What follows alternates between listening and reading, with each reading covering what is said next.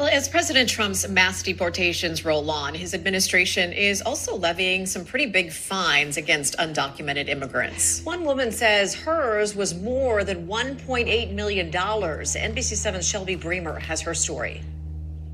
It can often take years for people to adjust their immigration status through legal pathways. And as they wait, the Trump administration has started issuing heavy fines. So one woman in the green card process went to check her mail and found a massive bill.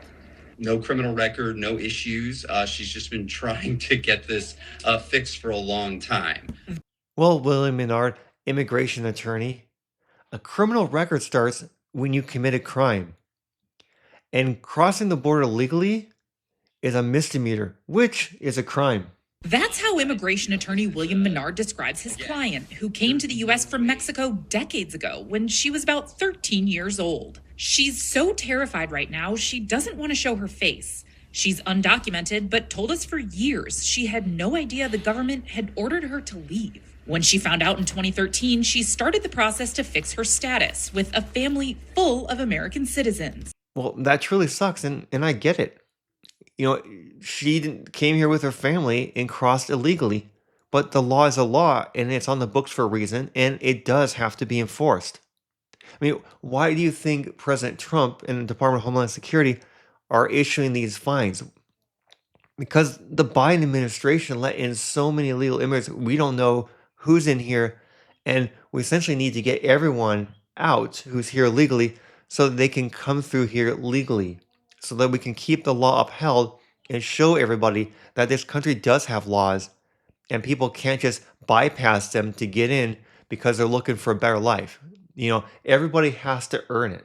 And on the matter of the Biden administration and the Democrats, we all know they're for flooding the country with illegals because the illegals will get free stuff from the Democrats and be quote unquote bribed to vote for them, which will keep the Democrats in power, which is what it's all been about. And if the Democrats get back in power, we all know that they're just going to open the floodgates for illegals to come to the country. Hell, they're probably even going to pay them to come in. She's been checking in with ICE as she waits for her case to make its way through the backlogged system. But on Friday, she got this in the mail, a 7-figure fine from ICE. The Department of Homeland Security last year changed its rules to make it easier to find people who are out of status and to increase the amount, up to nearly $1,000 for each day in the U.S. past a removal order. I was asking myself why this is happening to me when you're trying to do the right thing. She's not alone.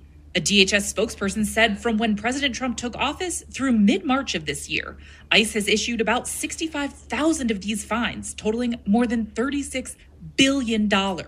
Our message is clear, the agency said in a statement. Illegal aliens in the country illegally should leave now or face consequences. They know that these people can't pay close to $2 million in fines. It's not going to happen. 2 women who received similar fines filed a class action lawsuit last year, arguing it would drive them into ruinous debt. Menard's client cleans houses for a living. Is there any way that you could pay that? No, not at all. She says the U.S. is the only home she's ever known, but she thinks she understands why she got this notice. I think just to scare people and to just push them to deport themselves. They want us to leave. Now, I would argue that it's not really just to get people to leave. It's to get people to not cut in line. It's to get people to come in through the legal way. If people come in through the legal way, we can do background checks. We can know who they are, right? We can keep an eye. It's about keeping our country safe.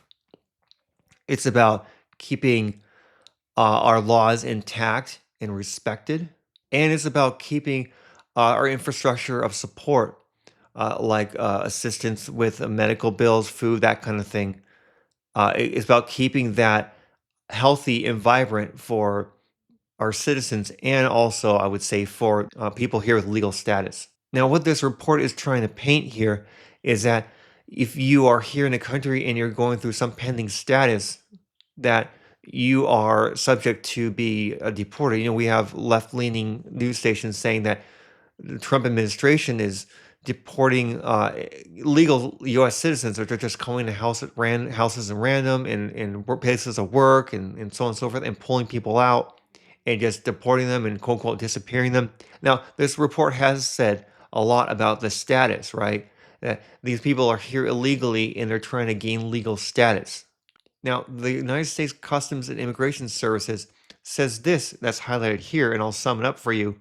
It's essentially, if you're in the country illegally, that's your current status.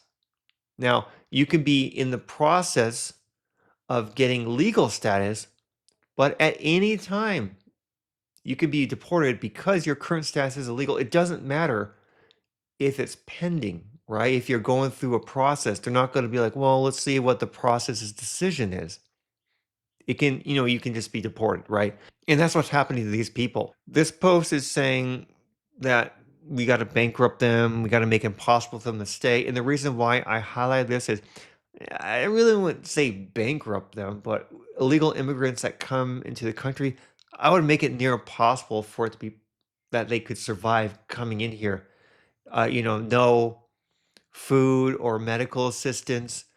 These funds should be for people who are American citizens or people that are here with legal statuses, right? We need to also make it so that there's no press two for Spanish or that kind of thing.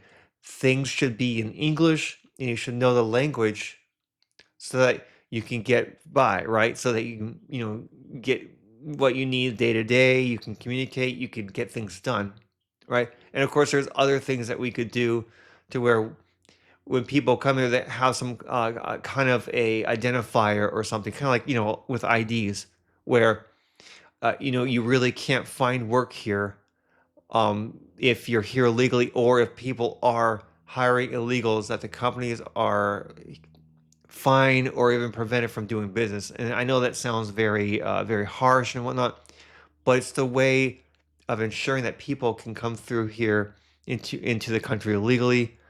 We don't want to incentivize illegals to come in here and essentially open the floodgates like we know what would happen if the Democrats got power, as I mentioned. I'd like to hear what your opinions are.